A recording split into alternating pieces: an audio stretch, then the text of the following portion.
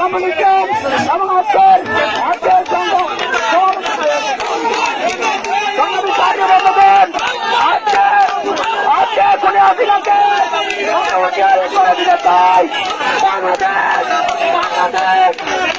তারেক রহমানের নির্দেশে বাংলাদেশের গণতন্ত্র ফিরিয়ে আনার ফয়সালা হবে রাজপথে।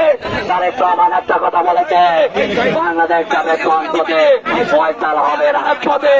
ইনশাআল্লাহ তারেক রহমানের নেতৃত্বে আগামী দিনে বাংলাদেশের জনগণের ভোটের অধিকার পুনঃস্থাপন করা হবে, বাংলাদেশের গণতন্ত্র ফিরে আসবে। আবার আমাদের প্রিয় নেত্রী গণতন্ত্রের মা নেত্রী বেগম খালেদা জিয়াকে আমরা মুক্ত করে ঘরে ফিরে যাবো ইনশাআল্লাহ। জাতীয় বন্ধুগণ, আজকে আমাদের মাঝে উপস্থিত আছেন সরকার থানা যুবদলের যুগ্ম আহ্বায়ক ইয়াসিন আহমদ রিয়াদ, যুগ্ম আহ্বায়ক মোহাম্মদ মামুন, যুবদলের সংগ্রামী সদস্য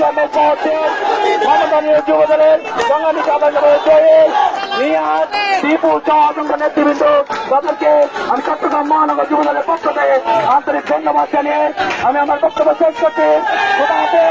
বাংলাদেশ জিন্দাবাদ, বাংলাদেশ জাতীয়তাবাদী যুবদল জিন্দাবাদ। সংগ্রামী জাতীয় বন্ধুগণ, আপনার সবাই স্লোগান নেত্রী আছে, আন্দোলন সংগ্রামী নেত্রী আছে, করছে নেত্রী খালেদা জিয়া, খালেদা তারেক তারেক তারেক